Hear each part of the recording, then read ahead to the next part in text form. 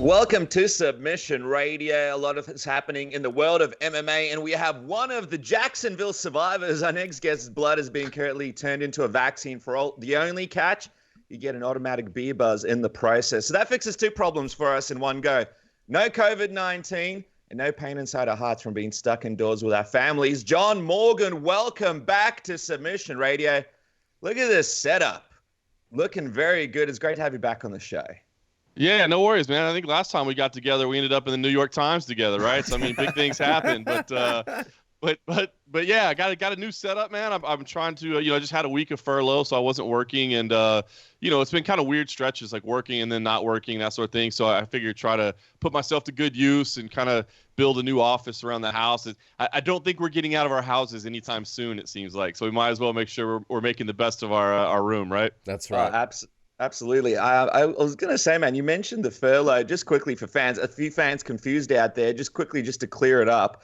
How's a furlough been, first of all? Has it been weird just kind of sitting around and being able to take a break? And then secondly, just a little update for the fans. What can they expect sort of coming up? Yeah, it's tough, man. I mean, so furloughs for us were from our entire parent company, which is Gannett, which is the owner of USA Today. For anybody that doesn't know, big national newspaper here, plus they own television stations, regional newspapers around the country, and they own MMA Junkie as well. And so obviously, just like every industry in the world, man, it's been hard hit. So furloughs were part of the deal. So, hey, man, I'm blessed. I still have a job, but, did have to take 2 weeks off in April. Took a week off in May, which I just finished up, and then I'll have to take a week off in June as well. So it's been tough, man. I mean, I guess probably anybody that's having to deal with this stuff. I mean, I know all of us as especially as parents and just, family men and that sort of thing. Anybody that's got a mortgage to pay, it's scary times. And, dude, I've been open with it on the MMA Roadshow. I talk to people there. Like, it's hard, man. Some days are better than others. Like the first week, just kind of figuring out how to deal without the pay and how I can move money around and bills and all that stuff. I mean, it kept me busy. The second week, I don't know, man, it's kind of set in. Like, I'm just sitting here. I'd like to work and I can't. And then last week I figured, hey, man, let's stay productive. Let's try to do something that'll make us feel better about what we're doing. So, fingers crossed, that's all we'll have to face. But, we'll see, man. This pandemic, dude, the financial ripple effect of it, man, it's affecting everybody on the planet, especially here in Las Vegas. Like I said, I feel blessed, man. Folks in the hospitality industry right here in Las Vegas, man, obviously the hotels have been shut down. They've been hurting. So, listen, I count my blessings that I still got a job. And hopefully we get back to full speed sooner rather than later. We got the sports starting back up, so hopefully that plays in our favor.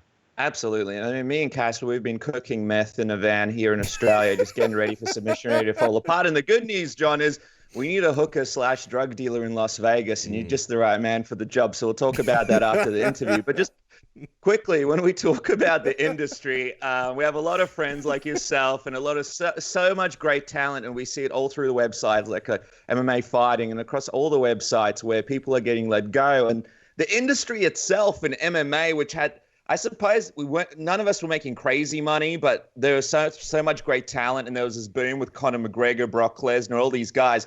And now it looks like the industry might completely change with what's happening, just like a lot of these other industries. Just give us your thoughts.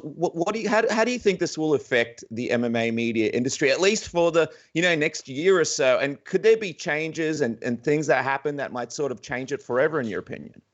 It's scary times, to say the least, man. It really is. And as I've been explaining to some people, it's when it's free to click on a website, obviously we have ads. I mean, you see the pre-roll before the videos, you see the banner ads. I think everybody pretty much understands how websites make money, and it's all based on that ad revenue. And look, if these advertisers don't have money to spend because their business is down, because people don't have money to spend, I mean, it's just this vicious cycle, right? We could have record traffic. We could have Conor McGregor fighting every single week, but doing just insane numbers. But if there aren't advertisers to help support the page views and the video views and that sort of thing, then we really don't generate any revenue. So it's a scary time. I know. Listen, I mean, folks that are kind of more independent like yourself, I know it's extremely impactful as well. Obviously, at MMA Junkie, we've got the support of a major corporation behind us, and that helps in a lot of ways, but it also means we've got a lot of overhead. So, listen, it's definitely scary times right now. And yeah, you mentioned some of the layoffs that we're seeing. I wouldn't be surprised to see more. The fact that MMA is starting again helps us in our space. But a lot of times companies are making blanket decisions across the board, and they can't necessarily just look at everything individually. They've got to make sweeping kind of cuts and changes. So yeah, absolutely. And I tell you what, in the meantime, I mean, we've got this event here in Las Vegas this week. Still, everything's being finalized. Of course, the approval's got to be done by the Nevada Athletic Commission. But a virtual media day is what's set up. And I think that's going to be the wave of the future coming forward. We're not going to have these in-person interviews, the access that we've had to fighters that we're so used to. I mean, obviously, you guys have done a great job with yourselves in doing, in-depth interviews with people. And I think those are going to be tough to come by for a while, especially traveling. I think as far as these events goes, yeah, crowds aren't going to be there. So get used to that for a while. And I don't think the media access is going to be there. I don't think that, people can justify, us going in there and having these big media days like we used to and having a bunch of people in a room together. So, I mean, I think that makes me want to jump off a bridge. Change. Yeah, well, hey, you can come be a hooker in Las Vegas with me. Dennis is willing to employ you. So, you're like here at MMA Junkie, we have the support of a major corporation. Here at Submission Radio, we have the support of our parents, and that's a corporation rich with love. So, but that doesn't. What about Ridge Wallet's got your back. Ridge Wallet, love the Ridge Wallet. It's I lost it in a hooker. If you can convert tears into money, John, we'd be rich right now. There you go. Look. Hey, but you know what, man? And I've heard people say this about not just about MMA media, of course, but every industry. Like, listen, man, it's kind of a scary way to think about it. But like, there will be people that figure out how to improve on things. There will be people that figure out how to navigate in this environment. Whether it be MMA media, whether it be out there in the real world, whatever it may be. There will be people that find a way to succeed and come up during this time. And deal with the changes that have to be made. So, I think you got to think outside the box a little bit and try to figure out what you can do.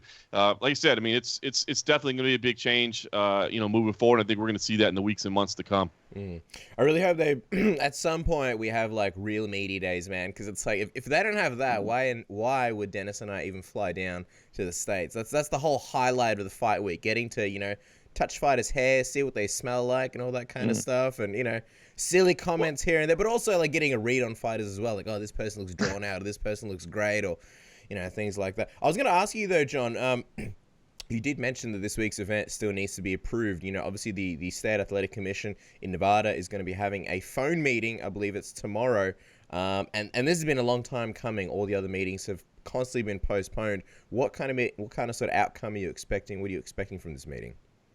Yeah, listen, if we're being honest, I'm sure the deal is pretty much agreed to behind the scenes. I mean, just because there's a public hearing and a meeting to approve it doesn't mean that they haven't been talking behind the scenes. It's not – we've seen this for years. If you paid attention to commission meetings, you think about like when there's failed drug tests and there's punishment issues and you think, oh, there's a meeting, we're going to hear all about it. And then you show up to the meeting and it turns out, no, we've already talked about it. We've agreed on these terms and we just need to do this in public and everybody sign and agree on it. So I have a feeling that's what we're going to see. I mean, maybe there'll be a couple questions. Maybe there'll be a few things, a few items that are discussed that they don't feel have been addressed. But I mean, as close as everybody's cutting it, I've got to feel. I mean, you've already got athletes in town that have already flown into Vegas. So that doesn't mean look, the commission could decide to pull the plug just because the UFC flew people in here. The commission doesn't have to be like, oh, well, we're pressured now, we have to do this. I mean, they could still pull the plug, but I got to believe that they've agreed to it. We've seen some of the changes, the document that Nolan King was able to get a hold of, and showed the internal document, the plan, the additional changes that they've made,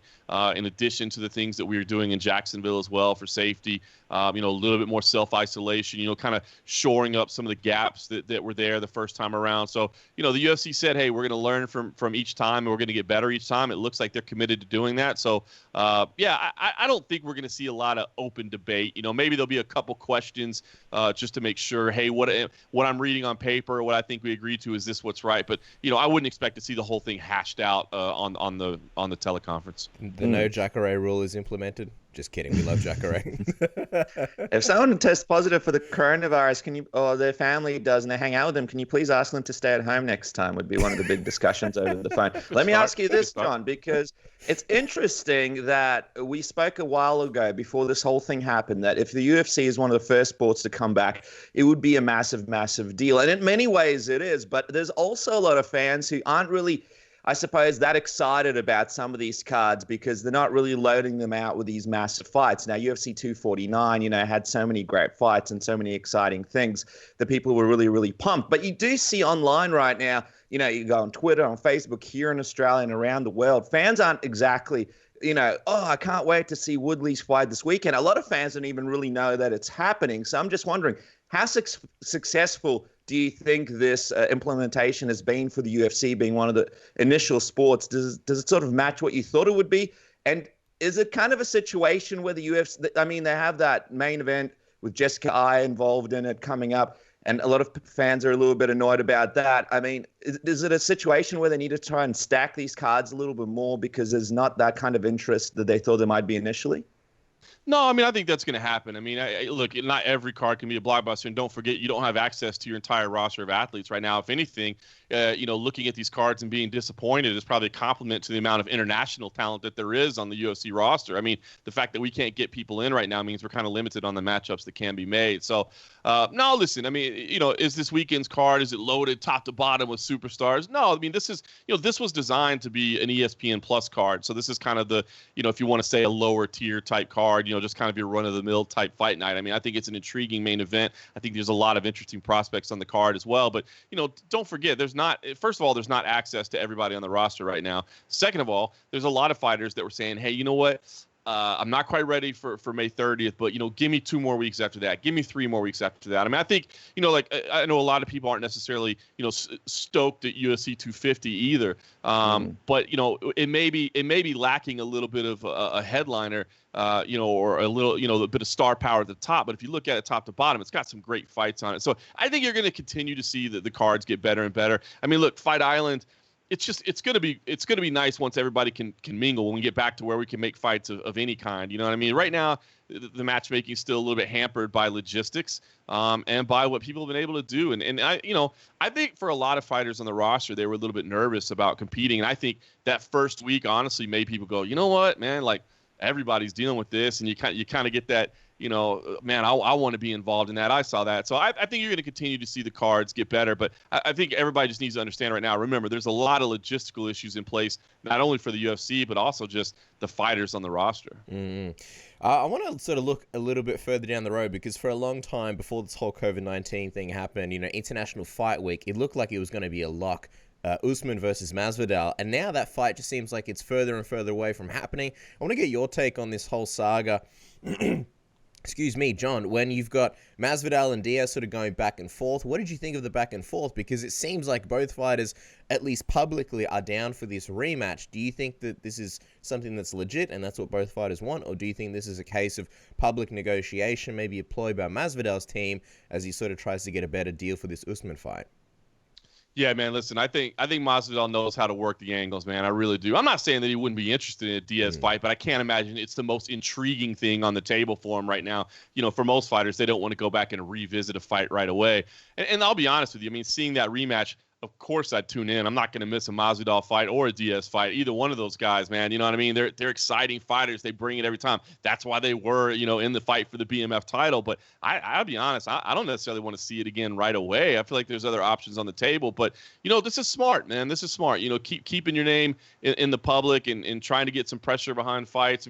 Look, this is the same management team that had Jon Jones out there, managing or trying to negotiate a deal in the public eye as well, So, I think it's always good to throw little pieces out there, to throw little angles, kind of see what you can get behind. I'm not saying that Masvidal wouldn't take the fight. If there's enough money on the table and it seems like the only option is there, it would be. And listen, who wouldn't tune in? It's 2 great fighters. It was a great fight the first time around. It'd be a great fight if they fought 100 times. It'd be a great fight. But to me, it's just not the most intriguing fight on the table for either man. So I'm hoping we can find another way to go.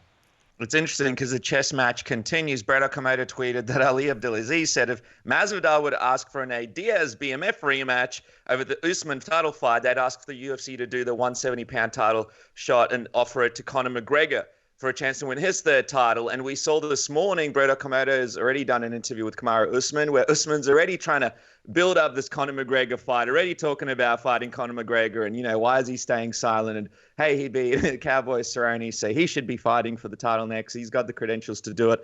What do you make of all this? response from Ali and his team and this potential of trying to build some kind of Conor McGregor title fight here?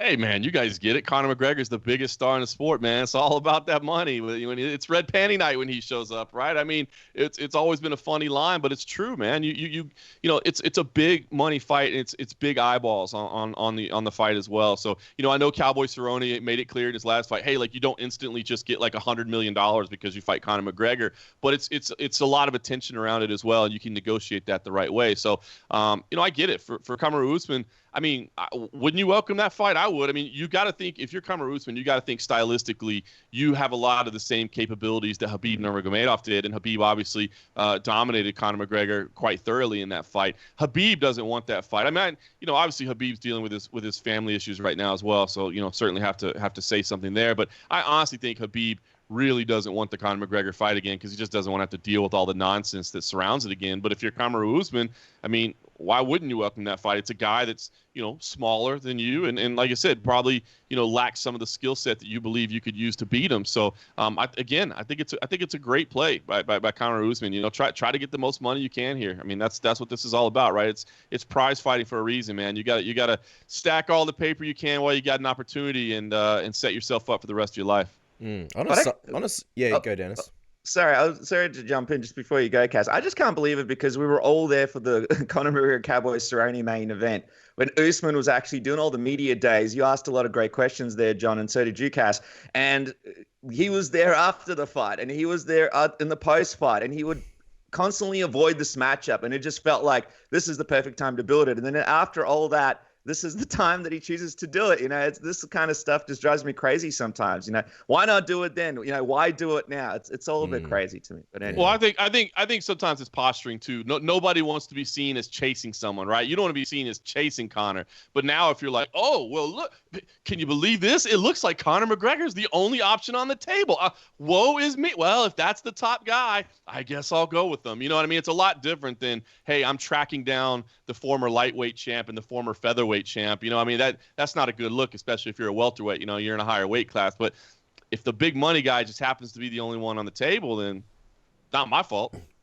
I was just going to say, man, I can't believe, because you mentioned Khabib's dad, I can't believe that whole situation from Khabib, not that long ago, what was it, maybe a month or so, getting publicly lambasted for, hey, you didn't want to fight Tony Ferguson, and he's like, dude, I gotta say, in Russia, man, people are dying, and now his dad, of all people, a guy revered by so many people, especially Khabib, is sick. I wonder how that can affect things, if he unfortunately were to take a turn for the worse. We may not be seeing Khabib fight for a while.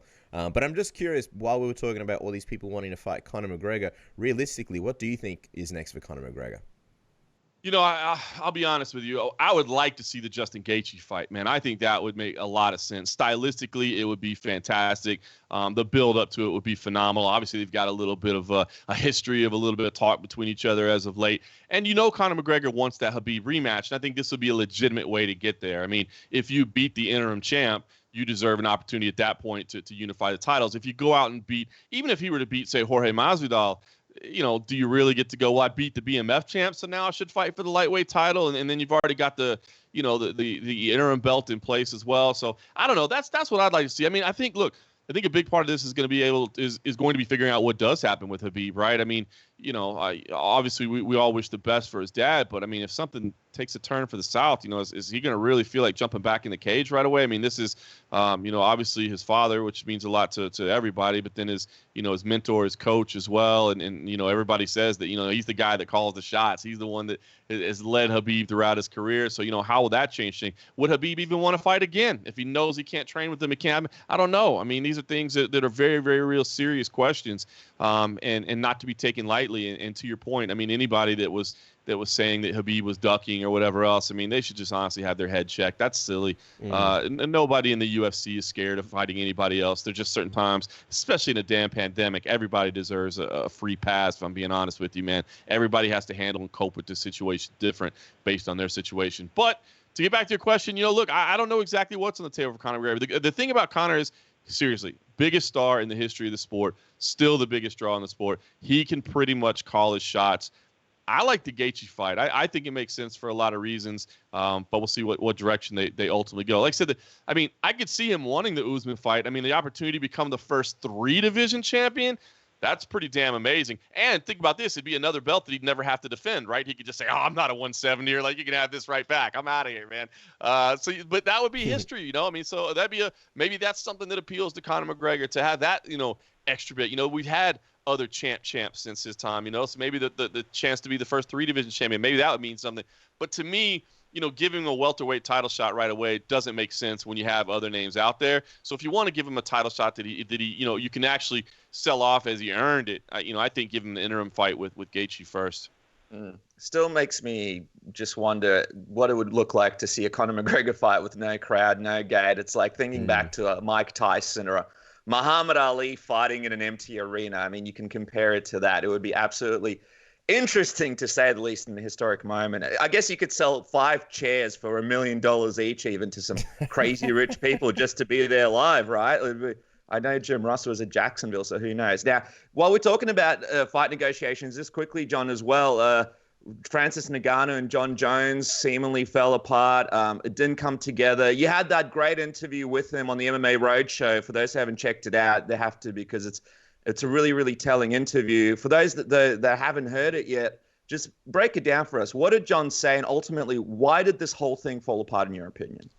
Yeah, it's weird, man. I'm actually looking really forward. Hopefully, Dana sticks around for a press conference after the fights this weekend so we can ask him about it. Because, when I talked to Jon, Jon actually reached out to me and he said it was great, actually. Abe Kawa, his manager, called and said, hey, man, you remember that interview Jon promised you after UFC 247 in Houston? Well, he's ready to do it right now. So, all right. Wow. Let's do it, Yeah.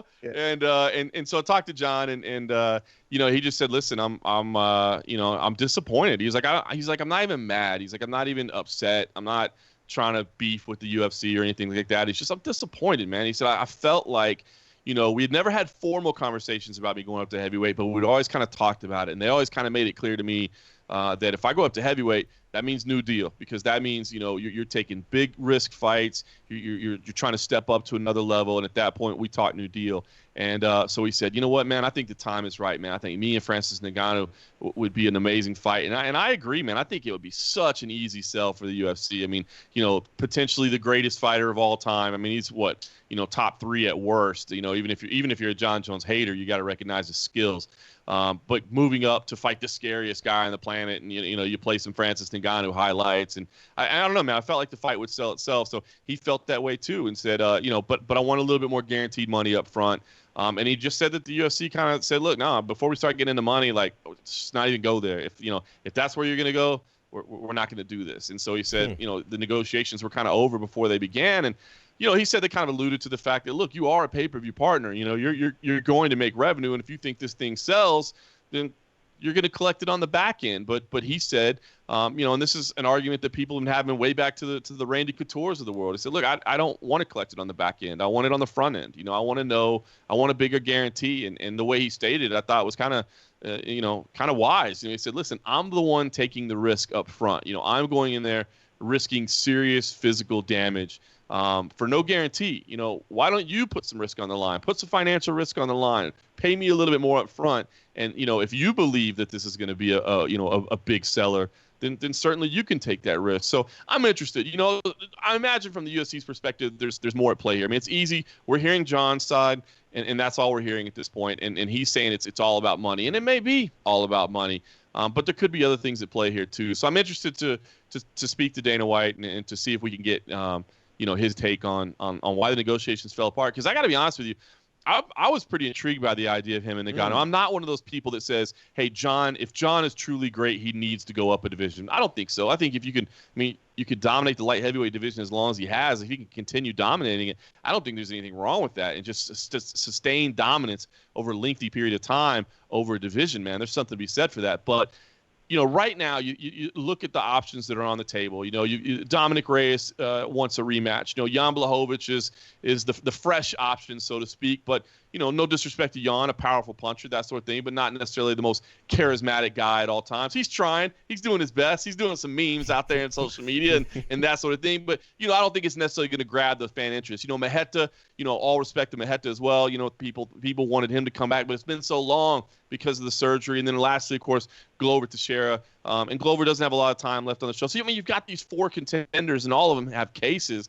But I don't think any of them get you quite as excited as the idea of Jon Jones, Francis Ngannou. Like, that is incredibly exciting to me. So I thought this was going to be an easy sell to the UFC, and for whatever reason, they're not into it right now. So, like I said, hopefully we can talk to Dana this weekend and find out if it was simple as money, because I don't know. It seems like if it was just money, there'd be a way to get this done. I hope Dana gives a good answer. Nothing, cryptic and non-answers like "don't give a fuck." Don't give a fuck. That was so good. So frustrated that he wouldn't just open up. I try to ask him what he's thinking about this report, and I feel like he was just kind of answering around the question. You know what I mean? Not really letting me in. Mm-hmm. Oh man. Yeah, I was giving you the look, John. The look. Do you think it's kind of like, well, because I was thinking about it, like with the division and like the contenders and stuff, like Ngannou would be facing, potentially the winner of Stipe and DC. So it's like you get a big matchup in the future, and then with Jon Jones, like he's a pretty good draw by himself. Like the draw is always him, not so much his contenders. Whereas, what do you think would happen if Jon, say, went out there and lost? Like, let's say Ngannou knocked him out in 60 seconds. How do you think that would affect his drawing power in the future? And then also, if Jon beat Ngannou, then it's cool, because then he goes up to heavyweight, and then he can fight, either DC at heavyweight, or which probably wouldn't happen, but then maybe Stipe. I feel like maybe the UFC were like, let's just keep them separate, and we got 2 like medium-sized draws instead of 1 massive draw. You know what literally just occurred to me? This is funny. I hadn't thought about this, and I don't know what it was about the way you phrased it that made me mention this, but I wonder if part of it is Stipe is still hesitant right now to announce a date, right? And they're trying to get this fight for Cormier. They're trying to get it done. I wonder if part of it is if we take Ngannou off the table because we book him with Jones, we can't tell Stipe that we're going to move the division forward, because who the hell would Cormier face for the title? Yeah. So I wonder if they feel like they need that piece on the table to say, look, Stipe, if you're not willing to step in and take this fight, we're going to go with Ngannou and Cormier for the belt. So Smart. I don't know. These are the things behind the scenes. Sometimes it's not just money. I wonder if that's it. But to get back to your original question, listen, I think it is risky for Jones. And, in talking to Jon, he said, look, and I thought this was interesting too, because he said, look, I would have taken a one-fight deal for this. Like, if they said, hey, I wanted more money up front, but that didn't mean you had to redo my whole deal. Like, if you would just say, hey, for this fight, for this risk, I want that elevated base pay, and then afterwards, I'll go back to the deal I was already on. So I thought that was intriguing. He's like, look, this is just, I'm going to have to take time to do. I'm going to have to pack muscle on my body, man. I'm going to have to really make it go as a heavyweight. But he did say as well, he said, I'd also sign a multi-fight deal as well. He said, listen, and you guys know, he's been teasing heavyweight forever and ever. But, he said that honestly, in his head, he's always thought he'd go to heavyweight, but at the very end of his career, and have a couple of big fights and then call it a day. So he said, look, I wanted to go up there and I'd take a one-fight deal, but also he said, not only is me and Ngannou a super fight, me and Stipe is a super fight. Me and DC, he even mentioned DC is bitter rival. He's like, that's a super fight. So, I don't feel, him losing to Ngannou, I think would hurt his drawing power a little bit. But, I think there's a lot of people that would want to pay to see that. No disrespect to Jon Jones, but I think there's a lot of people that don't like Jon Jones. You know what I mean? So just like people used to buy Floyd Mayweather pay-per-views because they wanted to see the night he lost, I think a lot of people would buy it just to see him lose. So, it would impact his drawing power. But at the same time, when you take those risks, I do think you get to come back and be like, look, nobody wanted to fight that guy in the heavyweight division. I moved up 40 pounds. I took the risk. I tried. We reward people like that. Why is BJ Penn so beloved, throughout history? Because that dude will go up to heavyweight and fight Machida. Like, what are you talking? Yeah. You know what I mean? Like that. So I think those kind of things do get rewarded. It's in the short term, yeah, maybe it hurt him a little bit, but in the long term, I don't think it would hurt him too bad if he lost. It'd be funny as well, because in the sense, if he lost, so many people are against him, but if he lost, then you've got this journey of a guy who just lost. And I feel like a lot of people jump on the bandwagon straight away. I want to see this champion redeem himself. Yeah. And from a PR standpoint, it could almost be what he needs. And also, who knows how long we've got him? I think that's the big question, because there's so much stuff always happening with Jon Jones. It'd be nice to see him in some big fights, while he's still around, while he's still in his prime and things not being held up. But before we let you go, John, we got to talk about this fight that's probably going to be happening in the UFC Apex after this phone call tomorrow. Tyron Woodley takes on Gilbert Burns this weekend. He finally returns to the cage. He's been away since the 3rd of March 2019. What are you expecting to see from the former champ on his MMA return? So many question marks, right? That's why I'm very, very intrigued by this. I'm not so intrigued by this fight. I've heard people say, is this a number one contender fight? Like, I don't think so. I mean, listen, I think Leon Edwards deserves to be ahead of these two, no disrespect. And then, of course, you got other options on the table, Masvidal, apparently Conor as well. So I'm not looking at this so much as a number one contender fight, but I really am interested in seeing, the answers we get to those questions. I mean, Tyron Woodley, we know what he's capable of, but, kind of flat last time out. And now you add a year on top of that. And, where is his game? Where is his commitment? Where is his head at? He seems to say that he's all in and really wants to make a run at it again and prove, how great he is. But we're going to see. It's not easy after that time away. And then you got Gilbert Burns, a guy that, man, has really found his stride since moving up a weight class, a guy that I've always said, I mean, literally at lightweight looked like a different human being from the time he was on the scale to the time he stepped in the cage, man. He had to cut so hard to get down there. And so he looks comfortable. And, man, this guy is coming out trying to fight every week. You know what I mean? He's out there in social media saying, get me in there, calling out everything. So, is he the real deal? Can he make the quick track to the top of the division? So I'm anxious. I have the same question marks. I don't know what to think. I mean, I know that the last performance from Tyron Woodley wasn't great. And I know that he spent a lot of time away. But, I think sometimes, too, Tyron Woodley likes having a little chip on his shoulder. I think he likes to have people doubting him. You know what I mean? I think he likes to be kind of backed in the corner a little bit and say, oh, you think I don't have it anymore? Let me show you what I got for you. So I'm intrigued by it. I'm excited.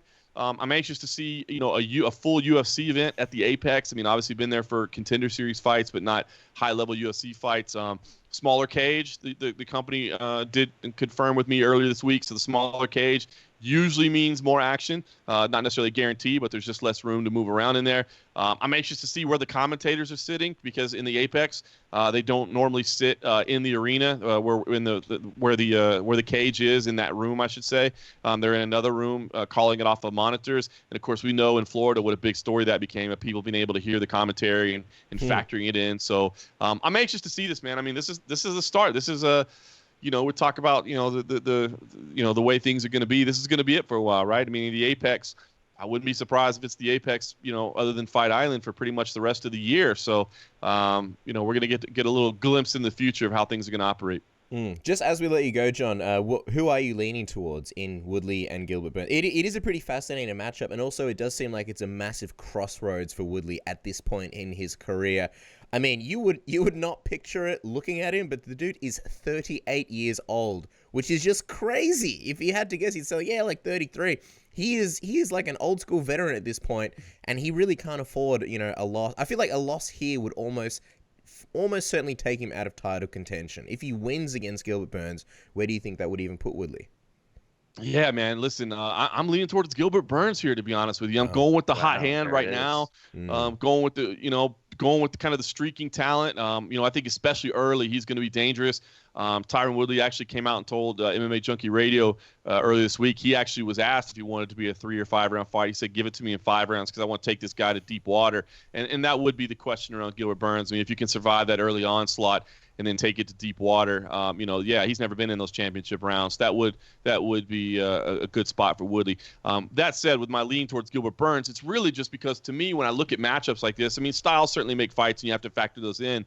But again, kind of going with the hot hand versus the question marks. I mean, how do you know for sure something is going to be there if you don't have any indication that it is? And so that's the kind of the way I look at it. Now, with that said, I'm fully ready for Tyron Woodley to come in and prove me incredibly wrong. I mean, the guy is a former champion for a reason. He had some incredible performances during his run at the top. And I think, if he is firing on all cylinders at 100%, yeah, maybe he is a cut above Gilbert Burns. But, if he's not, Gilbert Burns certainly has the talents and the weapons to take advantage of that. So for me, I'm leaning Gilbert Burns, but I'm fully ready for Tyron to make me look like an idiot for that. And if he hears about it, to definitely call me out about it at the press conference too, because that's the kind of guy Tyron is. But that's why we love the sport, man. Right? Like anything can happen, and there are questions to be answered here. Yeah, that's right. It won't be from Tyron Woodley because he's not answering any more of your questions after this, John. But we appreciate you coming onto the program. Make sure to follow John at MMA Junkie John. He's back in action. And of course, the interview that we mentioned is on the MMA Roadshow. Of course, most of you guys do follow it and listen to it, but he's got this exclusive interview with Jon Jones that's out on Patreon. And it's really fantastic. I really recommend everybody checks it out. John, thank you so much for joining us on Submission Radio. Looking forward to the fights this weekend. Always a pleasure, guys.